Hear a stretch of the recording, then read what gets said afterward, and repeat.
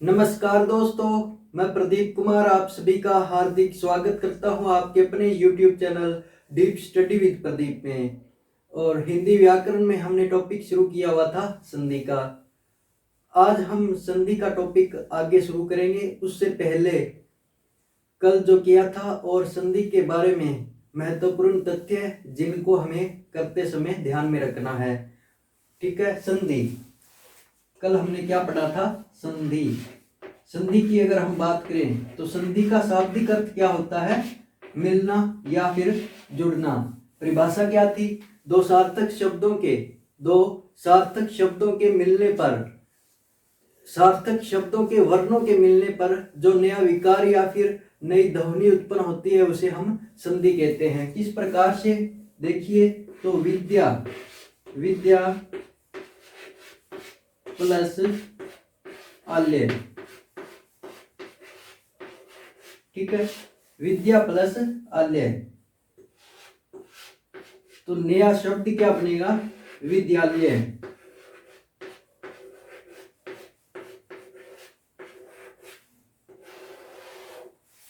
विद्या plus आल्य नया शब्द क्या बनेगा? विद्यालय। दो सार्थक शब्दों के यानी कि सार्थक होने चाहिए। ऐसे नहीं कि किसी भी शब्द की आप संधि कर रहे हो। जैसे कि मान लीजिए अब मेरा नाम है प्रदीप,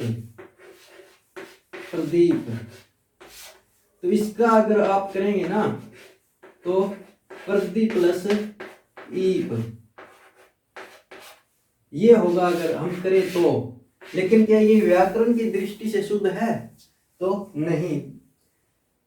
संधि सिर्फ सार्थक शब्दों के बीच में होती है। सार्थक शब्दों के वर्ण जब मिलेंगे और नया विकार उत्पन्न करेंगे या फिर नया जो शब्द उत्पन्न करेंगे उसे हम संधि कहते हैं। ऐसे तो हम हर शब्द की संधि कर सकते हैं। जैसे कोई सा भी शब्द ले लीजिए, जैसे ये लाइन ले लीजिए, जैसे कोई भी शब्द ले सकते हैं। जैसे कि अब इसका अगर संधि विच्छेद हम करना चाहें तो जय प्लस ऐसे। ठीक है, इस प्रकार से भी कर सकते हैं। और जे प्लस ई यानी कि अ और ई मिले तो ए हो जाएगा। ठीक है, और ज और ए मिलेगा तो वृद्धि हो जाएगी। वृद्धि संधि के नियम से तो जय बन जाएगा। जैसे कि कोई की अगर हम संधि विच्छेद करें तो क प्लस उई। इस प्रकार से हम हर शब्द की जो है संधि विच्छेद कर सकते हैं। लेकिन क्या ये व्याकरण की दृष्टि से शुद्ध है? तो नहीं। सिर्फ सार्थक शब्दों के बीच में संधि होती है।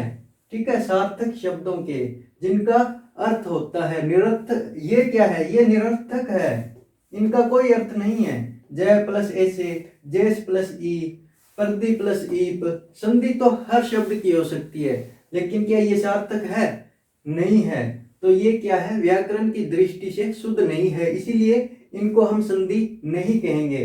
क प्लस उई कोई, क और उ मिलेंगे तो ओ बनेगा गुण संधि के नियम से, आगे हम पढ़ेंगे। लेकिन ये क्या है? ये अशुद्ध है, इनको हम संधि नहीं कहेंगे। संधि किनको कहेंगे? तो दो सार्थक शब्दों के वर्णों के मिलने पर जो नया विकार उत्पन्न होता है, जो नई ध्वनि उत्पन्न होती है, उसको हम संधि कहेंगे। जैसे कि अभी देखिए यहाँ पर आप, ये क्या है? दो रस्सी के टुकड़े हैं। ठीक है, ये क्या है? दो रस्सी के टुकड़े हैं। इनको हम अगर जोड़ेंगे तो क्या करेंगे? यहाँ पर गांठ लगाएंगे। क्या करेंगे? यहाँ पर गांठ लगाएंगे बीच में। ठीक है, ये क्या किया? इनको हमने जोड़ दिया गांठ लगाकर। इसी प्रकार से ये जो है ना विद्या प्लस आल्य, तो ये दो रस्सी के टुकड़ों की तरह काम कर रहे हैं। विद्या एक टुकड़ा रस्सी का, दूसरा रस्सी का टुकड़ा है आल्य। इनको हम जोड़ेंगे तो क्या करेंगे? गांठ लगाएंगे। तो ये गांठ है, ये यहाँ पर आ की मात्रा है ना, ये आ की मात्रा ये गांठ का काम कर रही है। और ये एक रस्सी बना दी। ठीक है, ये क्या कर दी? एक रस्सी बना दी। इन दोनों टुकड़ों को जोड़कर एक बना दी। बीच में क्या किया? गांठ लगा दी। ठीक है, यहां पर देखिए गांठ लगा दिया। अब इनको तोड़ेंगे। अब देखिए ये विद्यालय है, इनको हम तोड़ेंगे। वापिस वही टुकड़े लाने हैं हमको। तो एक तो ये देखिए विद्यालय,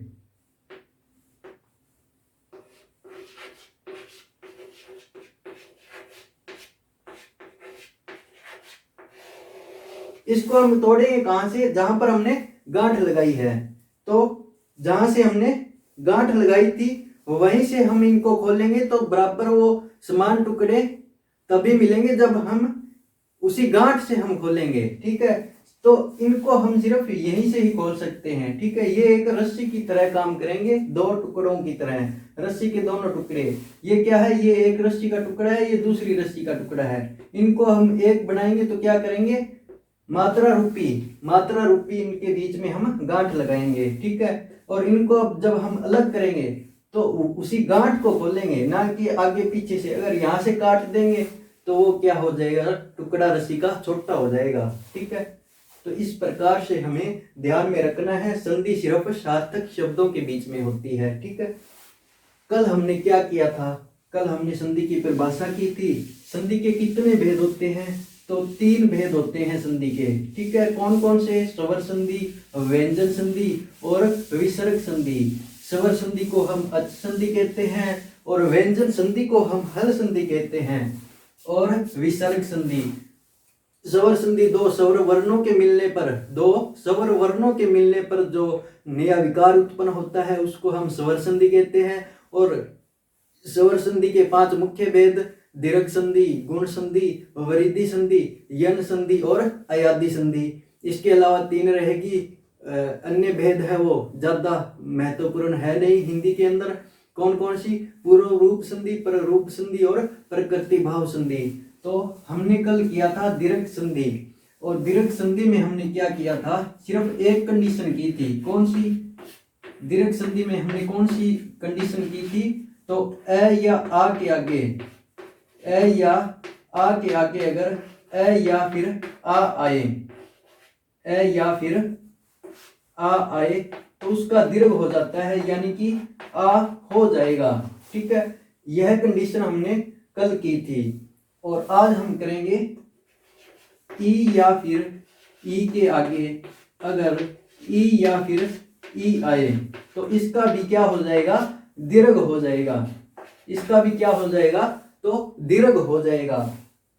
इसी प्रकार से ऊ या फिर ऊ के आगे, ऊ या फिर ऊ के आगे, ऊ या फिर ऊ आए तो इसका भी क्या हो जाएगा, दीर्घ हो जाएगा। इसका भी दीर्घ हो जाएगा। ठीक है, आइए इसके उदाहरण देखते हैं हम। ई या फिर ई के आगे अगर ई या फिर ई आए तो क्या हो जाएगा, इसका दीर्घ हो जाएगा, यानी कि ई, बड़ा ई हो जाएगा। इसके उदाहरण देखते हैं। क्या है कंडीशन अपनी, ई या फिर ई के आगे अगर ई या फिर ई आए तो उसका दीर्घ हो जाएगा, यानी कि ई बन जाएगी इसकी। जैसे कि मान लीजिए इधर ई है और आगे भी छोटी ई है तो यहां पर क्या होगा, दीर्घ ई हो जाएगा। इसी प्रकार से अगर इधर ई है आगे बड़ी ई है तो भी इसका दीर्घ हो जाएगा। मान लीजिए इधर दीर्घ ई है आगे छोटी ई है तो भी इसका दीर्घ होगा, यानी कि बड़ी ई हो जाएगा। इधर भी बड़ी ई है आगे भी बड़ी ई है तो क्या होगा, अपने दीर्घ हो जाएगा इनका भी, यानी कि बड़ा ई हो जाएगा। जैसे कि रवि, हम उदाहरण लेते हैं, रवि प्लस इंद्र। उदाहरण क्या है अपने पास, रवि प्लस इंद्र। तो रवि को अब हम अलग करेंगे तो क्या होगा, र में क्या है, ए है और आगे क्या है, वह में क्या है, तो छोटी ई है। ठीक है, वह की छोटी ई निकल गई और आगे क्या है, ई है, छोटी ई है। ठीक है, इधर क्या है, ई है, इधर क्या है, ई है। तो अपनी कंडीशन यानी कि नियम क्या है दीर्घ संधि का, ई या फिर आगे भी ई हो इधर भी ई हो तो इसका दीर्घ हो जाएगा। तो इनका भी क्या हो जाएगा, दीर्घ हो जाएगा, इनका भी दीर्घ हो जाएगा। तो नया शब्द क्या बनेगा, जैसे कि र व आता रह गया क्योंकि इसकी ई निकल गई और इधर से इसकी ई निकल गई, ये दोनों ई मिली तब बड़ी ई हो जाएगी आगे। तो यहाँ पर क्या आएगा, बड़ी ई। फिर पीछे रहा नंदर, नया शब्द क्या बन जाएगा, रविंदर। नया शब्द क्या बन जाएगा, रविंदर। इनको मैं बीच में इसलिए लिख रहा हूं, हम सीधा ये नाम भी लिख सकते हैं, लेकिन एक बार कंसेप्ट समझ में आ जाए ना, बाद में हम उदाहरण करेंगे, उस समय हम फटाफट कर लेंगे, ठीक है। क्योंकि एक बार समझ में आना चाहिए, समझ में आने के बाद हम सीधा भी कर सकते हैं, ठीक है। तो ये क्या है, रविंदर। तो नया शब्द क्या बन जाएगा, रविंदर। कैसे बनेगा, छोटी ई फिर इधर भी ई है, दोनों मिले, दीर्घ संधि का नियम क्या कहता है, तो अगर ई या ई के आगे ई या ई आए तो उसका दीर्घ हो जाएगा, यानी कि बड़ी ई हो जाएगी। तो रविंदर, रविंदर। नया शब्द क्या बन जाएगा, रविंदर, ठीक है।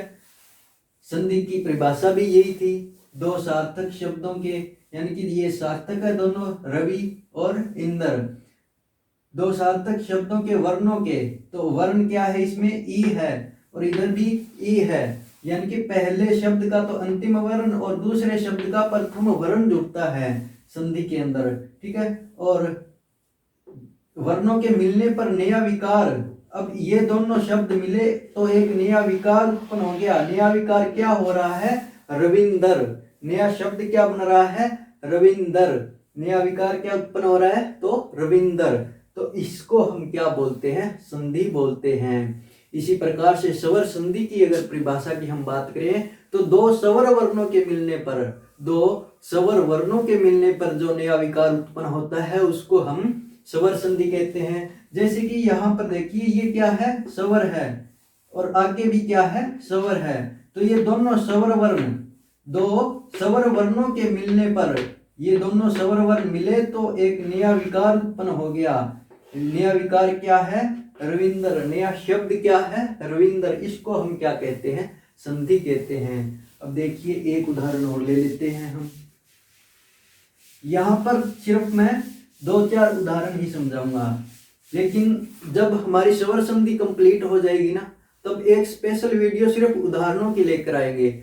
उसमें सारे स्वर संधि के उदाहरण होंगे और उदाहरण से नियम की ओर चलेंगे, उदाहरण से समझेंगे कि इसमें कौन सा नियम लागू होता है, ठीक है। जैसे कि एक शब्द है अपने पास, मही प्लस इंदर। क्या है, मही प्लस इंदर। यहां पर क्या है, दीर्घ ई है और आगे क्या है, छोटी ई। नियम क्या कहता है, चाहे पहले दीर्घ हो या फिर छोटी ई हो या फिर बड़ी ई हो, और इधर भी छोटी ई हो या फिर बड़ी ई हो, बनेगा क्या, दीर्घ बनेगा। क्या बनेगा, दीर्घ बनेगा, यानी कि बड़ी ई हो जाएगी दीर्घ संधि के नियम से। तो यहाँ पर शब्द क्या बन जाएगा नया, मैं है, ई और ई ये दोनों मिले, ये कट गया इसका और इसका ये कट गया, ठीक है। तो है आधा रह गया, ये ई और ये दोनों मिलकर एक नई ई का, दीर्घ ई का निर्माण करते हैं, वो यहाँ पर आ जाएगी ई, मह ई, पीछे क्या रहा, नंदर।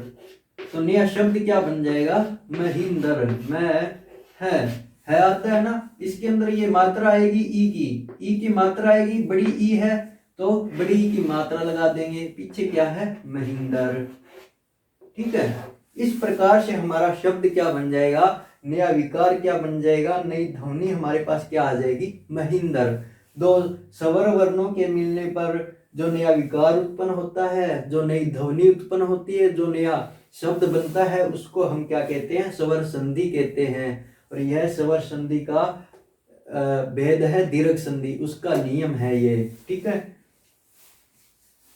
आगे शब्द देखिए,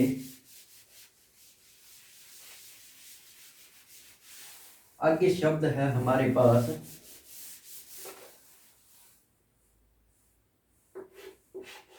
नदी प्लस ईश। क्या शब्द है? नदी प्लस ईश। तो नदी के द के अंदर क्या है? दीर्घ ई है, यानी कि बड़ी ई है, और इधर क्या है? बड़ी ई है। तो दोनों मिलकर क्या बनाएंगे?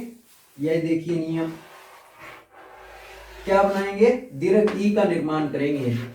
दीर्घ ई, तो नया शब्द क्या बन जाएगा फिर? न द की ई और इस की ई, ये दोनों मिलकर एक नई ई का निर्माण करते हैं जो कि दीर्घ है, दीर्घ संधि के नियम से। तो न द ई, पीछे क्या है? श। तो नया शब्द क्या बन जाएगा? न दी श, नदीश। नया शब्द क्या बन जाएगा? नदीश। ठीक है, यह थी अपने दूसरी कंडीशन। ई और ई के मिलने पर, ई और ई के आगे अगर ई या फिर ई आए तो उसका दीर्घ हो जाता है। ठीक है, आगे की अपनी कंडीशन है ऊ और ऊ के मिलने पर, ऊ और ऊ के मिलने पर, अभी कंडीशन देखिए, ऊ और ऊ के मिलने पर, ऊ और ऊ के आगे अगर ऊ या ऊ आए तो उसका भी दीर्घ हो जाता है, उसका भी क्या हो जाता है? दीर्घ हो जाता है। ठीक है, जैसे कि अगर इस साइड ऊ हो और आगे भी ऊ हो तो उसका दीर्घ हो जाएगा। अगर इस साइड बड़ा ऊ हो, आगे छोटा ऊ हो, तो भी उनका क्या हो जाएगा? दीर्घ हो जाएगा। इस साइड अगर हो छोटा ऊ और आगे हो बड़ा ऊ, तो भी क्या हो जाएगा? उसका भी दीर्घ हो जाएगा। अगर दोनों तरफ बड़े ऊ हो तो भी क्या हो जाएगा? इनका दीर्घ हो जाएगा। ठीक है, अगली कंडीशन कौन सी है? अगर ऊ या ऊ के आगे ऊ या ऊ आए तो उनका दीर्घ हो जाता है, यानी कि बड़ा ऊ बन जाता है। दीर्घ संधि की अगली कंडीशन है ये। ठीक है, शब्द देखिए, उदाहरण देखिए अपने, जैसे कि गुरु, गुरु प्लस उपदेश, गुरु प्लस उपदेश। ठीक है, तो गुरु के र में क्या है? छोटा ऊ है, और आगे क्या है? छोटा ऊ है। दोनों मिलेंगे तो क्या बनाएंगे? इनका दीर्घ हो जाएगा। ऊ अगर आगे भी, इधर भी ऊ हो और आगे भी ऊ हो तो इनका क्या हो जाएगा? दीर्घ हो जाएगा, यानी कि बड़ा ऊ हो जाएगा। ठीक है, इधर ऊ है, आगे भी ऊ है, तो क्या होगा? दीर्घ ऊ हो जाएगा। तो नया शब्द क्या बन जाएगा? देखिए यहाँ पर गु र, आधा रह गया। अब ऊ, इसका ऊ और ये उपदेश का ऊ, ये दोनों मिले तो क्या बन गया? बड़ा ऊ, और पीछे क्या है? प्रदेश। नया शब्द क्या बन जाएगा? तो गु रू पदेश, गुरु उपदेश। नया शब्द क्या बन जाएगा? गुरु उपदेश। ठीक है, दो सार्थक शब्द हो गए, इनके वर्ण मिल गए, इनके वर्ण मिले तो एक नई ध्वनि उत्पन्न हो गई, और इसी ध्वनि या फिर जो नया शब्द जो बना है इसको हम संधि कहते हैं। ठीक है, ये एक रस्सी का टुकड़ा है। ठीक है, ये क्या है? रस्सी का टुकड़ा है। ये एक टुकड़ा है, ये दूसरा टुकड़ा है, इनको हम जोड़ेंगे तो क्या करेंगे? एक मात्रा रूपी गांठ का निर्माण करेंगे, गांठ लगाएंगे मात्रा रूपी, और इनको हम जब तोड़ेंगे यानी कि इनको अलग करेंगे तो उसी गांठ को हम खोल लेंगे, ना कि उसको बीच में से काटेंगे। जैसे कि अगर हम इसको यहां से काट दें, जैसे कि गुरु प्लस ग्रुप द, गुरुपद प्लस ईस। ठीक है, गुरुपद प्लस ईस, तो क्या बन जाएगा? यहाँ पर अ है, यहाँ पर ई है, ये दोनों मिलेंगे तो गुण संधि के नियम से क्या हो जाएगा? ए हो जाएगा। तो नया शब्द क्या बन जाएगा? गुरु उपदेश। लेकिन ये क्या सार्थक है? सही नहीं है। व्याकरण की दृष्टि से क्या है? अशुद्ध है, इसलिए इसको हम इस तरह से नहीं कर सकते। ठीक है, तो ध्यान रखना है सिर्फ सार्थक शब्दों के वर्णों के मिलने पर ही जो है अपने नया विकार जो उत्पन्न होता है उसी को हम संधि कहते हैं। ठीक है, आगे हम उदाहरण ले लेते हैं, जैसे कि भू प्लस ऊर्जा, भू प्लस ऊर्जा। तो यहां पर क्या है, बड़ा ऊ है, आगे क्या है, आगे भी बड़ा ऊ है, दोनों मिलेंगे क्या बनेगा, तो बड़ा ऊ बन जाएगा, यानी कि इसका दीर्घ हो जाएगा। तो यहां पर देखिए शब्द क्या बनेगा, भय आधा रह जाएगा क्योंकि इसका ऊ नीचे आ गया, इसका ऊ यहां आ गया, ये दोनों मिले तो एक नया ऊ बन गया, कौन सा, दीर्घ ऊ। तो क्या बना है नया वर्ण, दीर्घ ऊ, और पीछे क्या है, रजा। तो नया शब्द क्या बन जाएगा, भू रजा, भूर्जा। ठीक है, नया शब्द क्या बन जाएगा, भूर्जा। इसी प्रकार से और शब्द देख लीजिए अपने,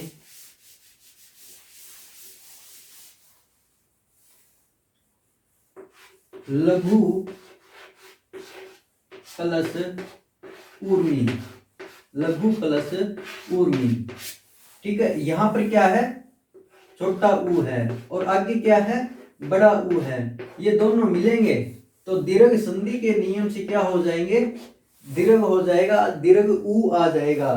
तो नया शब्द क्या बन जाएगा, लघु, घ आधा रह गया, इसको हम सीधा भी लिख सकते हैं ऐसे, लघुर्मी। ठीक है, वो सिर्फ समझाने के लिए है, बाद में जब हम प्रैक्टिस करेंगे, ज्यादा से ज्यादा जब हम प्रैक्टिस करेंगे तो उसके बाद हम सीधा ही लिख सकते हैं। ठीक है, तो यहाँ पर क्या हो जाएगा, ये दीर्घ हो जाएगा, दीर्घ ऊ की मात्रा घ के अंदर आएगी तो दीर्घ ऊ लघुर्मी, लघुर्मी। नया शब्द क्या बन जाएगा, तो लघुर्मी।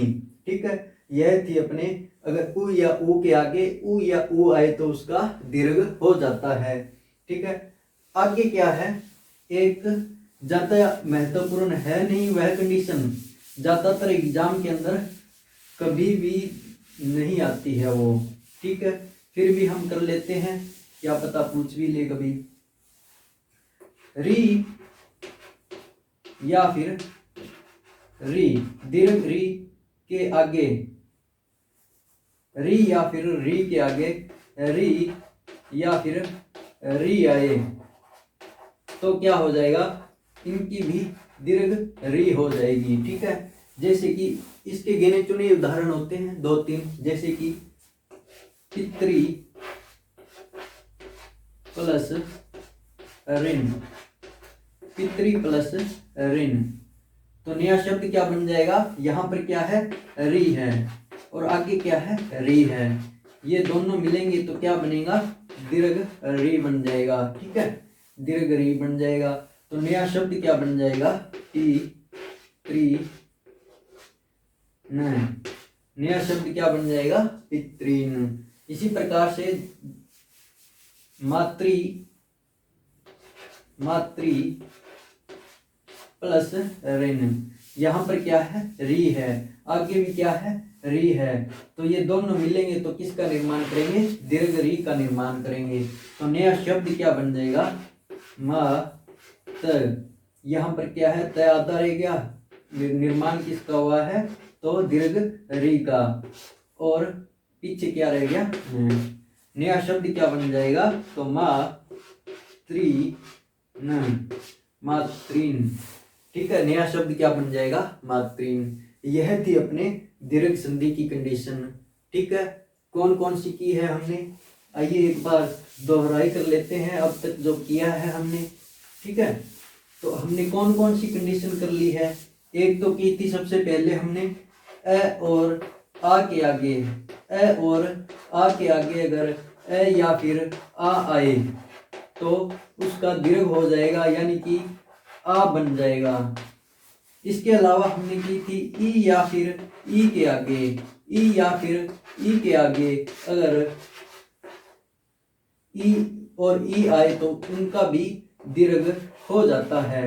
ठीक है, इसी प्रकार से उ या फिर उ के आगे अगर उ या फिर उ आए तो उनका भी दीर्घ हो जाएगा, यानी कि बड़ा उ हो जाएगा। इसी प्रकार से री या फिर री के आगे अगर री या फिर री आए तो इनका भी क्या हो जाएगा, दीर्घ री बन जाएगा। ठीक है, और इनके उदाहरण जो है अपने आप अगर प्रैक्टिस करना चाहे घर पर तो अपने टेलीग्राम चैनल पर मिल जाएंगे, नीचे डिस्क्रिप्शन में उसका लिंक मिल जाएगा, वहां से आप टेलीग्राम चैनल को ज्वाइन कर सकते हैं। क्लास कैसी लगी कमेंट करके जरूर बताना है। आज के लिए इतना ही, कल पढ़ेंगे हम अगली संधि गुण संधि पढ़ेंगे, स्वर संधि का दूसरा जो भेद है गुण संधि उसको हम पढ़ेंगे।